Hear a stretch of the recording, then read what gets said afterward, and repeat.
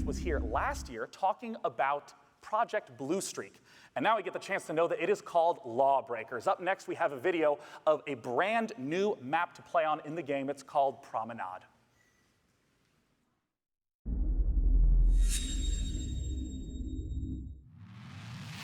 Welcome to Santa Monica Island in the rebuilt California Keys. Tourists used to love this place until the good, the bad, and the straight-up ugly arrived. Now we got organized crime and mercenaries taking on cops and vigilantes, all floating and fighting in our damn streets. When you jump into zero G, how are you gonna win the war? Will you fly like a rocket? Or swing through the sky? Step into the shadow! You have picked up the battery.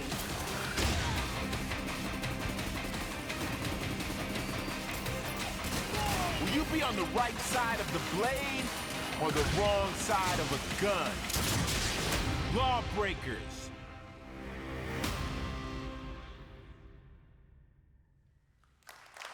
Oh, join me in welcoming the CEO of Boss Key Productions, Cliff Bleszinski.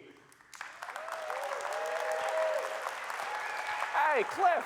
How's it going, man? Cliff, nice shoes. I didn't see those earlier. Those are my fresh kicks, man. Those are great. I'm at the age where I just want them to be comfortable. That's all I really care about. And I got to cast Ice-T again. How awesome is that? This ain't Utopia. Well, outside of shoes, I want to jump straight into talking about your game. Absolutely. Right away, the movement, the motion, the verticality sticks out. Talk to me about that design element, because it harkens back to like Quake and Unreal days. Yeah, absolutely. The thing is, we've talked about those kinds of games, and I think they're doing a new Quake, which looks pretty cool as well. But it's really important to note that what we're doing is evolving this kind of game for kind of a new generation that expects kind of abilities and characters that have different kind of health and different movement styles. Right. And so the core of these types of games, these first-person shooters, it's not just the shooting, it's the movement. It's how you flow through the environment. It's whether or not the player actually has momentum. Then when you add in low gravity and the player zips into low gravity and jumps out, and they can actually bunny hop a little bit. So you start to get a little bit of that kind of like, strafe jumping, tribes skiing little vibe going on in there. And then when you add in zero G and low gravity and blind firing behind you, it gets really, really interesting. And I mean, this is the new map Promenade, I understand. Which thankfully, the thing is here at E3, we're finally able to show off a new map, a new arena, because we've been showing off Grandview for so long, which is our kind of repurposed Grand Canyon. And now this is kind of my re-envisioning of what Santa Monica and Los Angeles could be in the near future and whatnot after an earthquake and humanity manages to rebuild Los Angeles properly without all the darn cars. It's a very ambitious plan for Los Angeles. Dude, it's really my thinly veiled middle finger to this town, because I love this town, but I hate it. It's like you're always in cars, you're always in traffic, so it's like if we could have like the big dig in LA and put all the cars underground self-driving, then we could have like lovely Frank Gehry architecture everywhere. And the Santa Monica Pier is reimagined with it's not just a Ferris wheel, but it's like omnidirectional now, along with a big zero G pocket in the middle. And I mean, in terms of just the gameplay, what has it been like to try to balance all the different motion routes that players can go through when there's so much freedom? It's completely unbalanced right now. And that's why we're actually going to be doing the public alpha.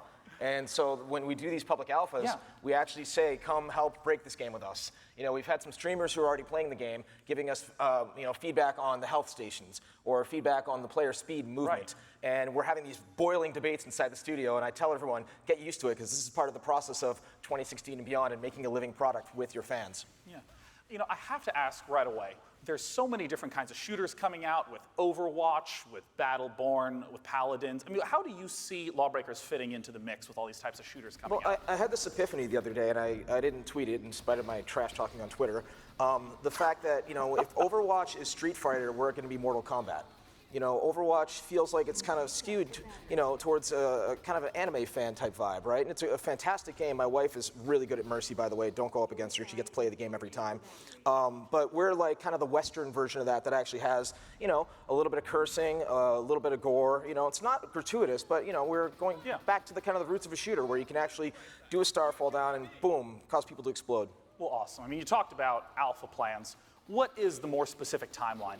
So basically what we're doing, we have our kind of alpha timeline coming out here in a second here, where we're doing a public alpha, and it's actually on the 18th of June, this weekend, where if you go to PCGamer.com, you can enter your name and possibly get in. There's only a limited amount of tickets that you can get in for that, and preloading will start on the 16th, so you're not sitting there on the 18th eating up all your bandwidth downloading the darn game.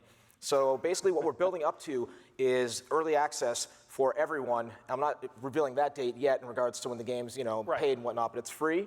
There's no non-disclosure on the 18th here. You can stream the game. You can put it on YouTube. You can tweet me, tweet LawBreakers. Tell us what you like. Tell us what you hate. Call us assholes. I don't really care. Just give us your feedback. That's what we're going for. Cliff, they will. Cliff, I love it, and I guarantee you will get that feedback. And I'm excited to play the game. I'm going excited to to tweet at ship you. it. I want to get access. Once again, PCGamer.com/law. I believe that there were several thousand keys available, but they're all gone. Guaranteed. Oh, man. Good problem to have. Of course. So, ladies and gentlemen, Cliff Bleszinski from LawBreakers. Thank you so much for coming out, Cliff. It was a pleasure.